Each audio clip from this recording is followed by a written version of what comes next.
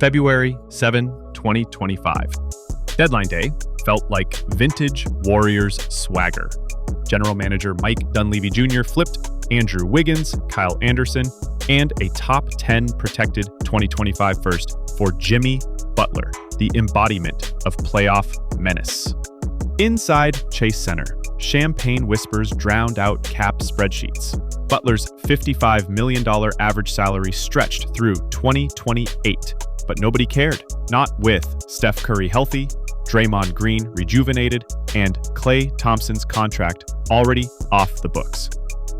For 42 games, the trio tested beautifully.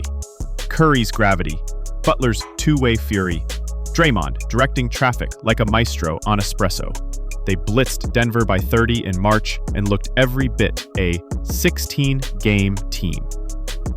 But here's the trade-off nobody discussed at the victory presser.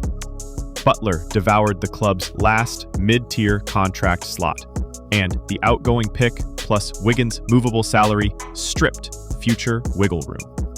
When the confetti settled, Golden State stood on a narrow bridge. Championship upside to the right, roster paralysis to the left.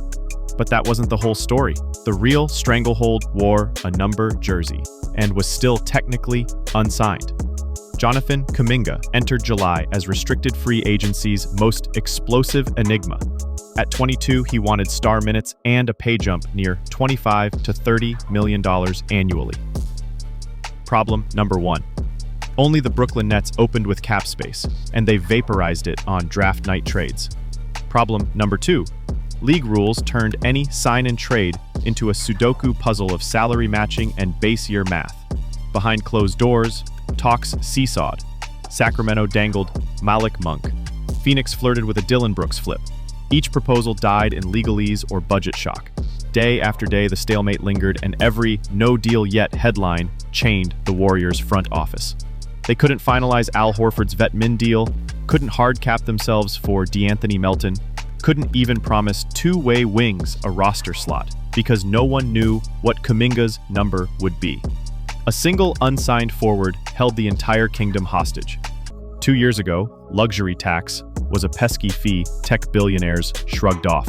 In 2025, the second apron is a bear trap. Cross $207 million and mid-level exceptions vanish. Cash trade aggregation dies. Even future picks freeze in place. Golden State's committed salary for 9 players already ballooned past $170.9 million, with Steph $59.6 million and Jimmy $55 million, hogging over 2/3. Toss in Draymond rookie holds and the lingering Kuminga cap hold, and the calculator screamed red ink. That's why the front office reportedly offered Bradley Beal a veteran minimum and nothing more before he bolted to the Clippers. They literally couldn't stack another 8-figure deal without locking themselves into ask any scout and they'll gush. Curry, Butler, Draymond can out-scheme nearly anyone from April to June. But championships demand getting to April intact. And that's where Golden State looks brittle. Steph is 37 with a hamstring that flares when the Bay's fog shifts. Butler, 35, protects his knees like state secrets. Playoff Jimmy needs regular season load management.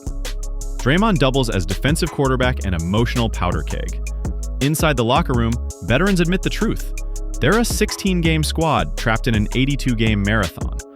Losing Kevon Looney's minute sponge and Wiggins' innings eater wingspan left the bench relying on minimum contracts and rookies.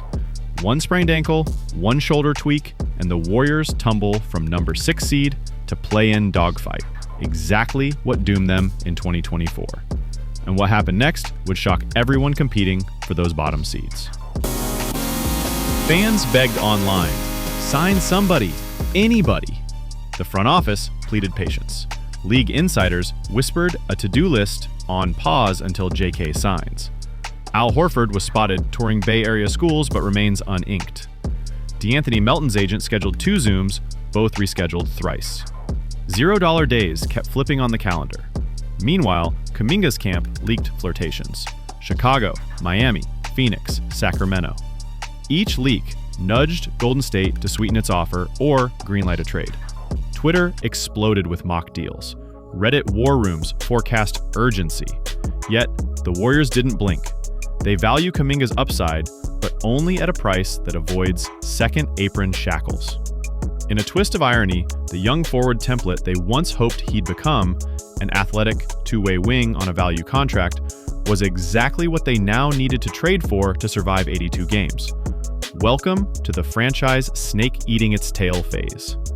But impatience breeds opportunity, and rival GMs sharpen their knives.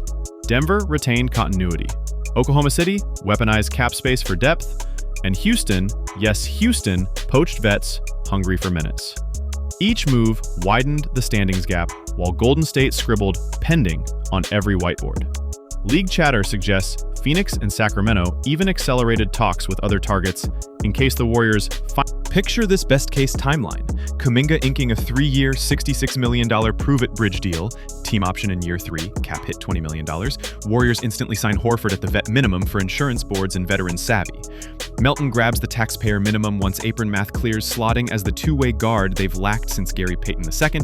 A leftover trade exception absorbs a low-usage 82-game innings eater, think Trey Lyles, Keita Bates-Diop. That cascade pushes Golden State's active roster spend near, but not over, the dreaded second apron.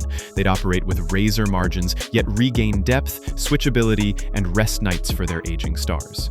Sources say Sacramento's Monk offer remains on standby. If Kuminga chooses a 3-year path, Kings pivot to other wings. Suns prefer defense-first players next Devin Booker anyway. And once Kuminga is sealed, Golden State regains permission to string small deals without every dollar triggering punitive multipliers. Of course, if talks implode, a sign-and-trade becomes the last resort, likely bringing back a 2-for-1 package that plugs holes but lowers long-term ceiling.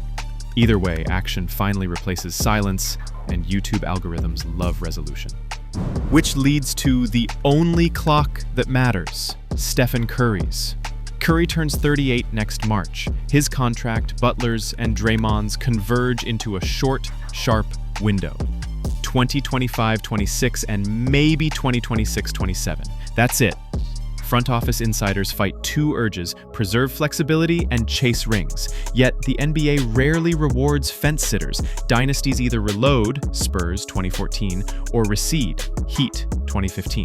Golden State's silence to date feels alien precisely because it veers from the franchise's fearless lore. The fan base, the beat writers, even rival executives sit in suspense, wondering, is the Dynasty's final chapter a whisper or a plot twist? If the Warriors crack the Kuminga code and round out the bench, they morph overnight from question mark to contender, ready to ambush heavier favorites come May. If the stalemate drags to training camp, they risk becoming an expensive museum piece, 3 Hall of Famers valiantly hoisting 45 wins before age and attrition close the book. So Warriors Nation, the offseason isn't over, it's merely paused on a single pen stroke. When that ink finally dries, remember this quiet summer, because dynasties rarely die with fireworks. Sometimes they just stop typing. Like the deep dive? Smash that subscribe, drop your own trade machine masterpiece in the comments, and stay tuned because the next Woj bomb could detonate before this video finishes its first replay.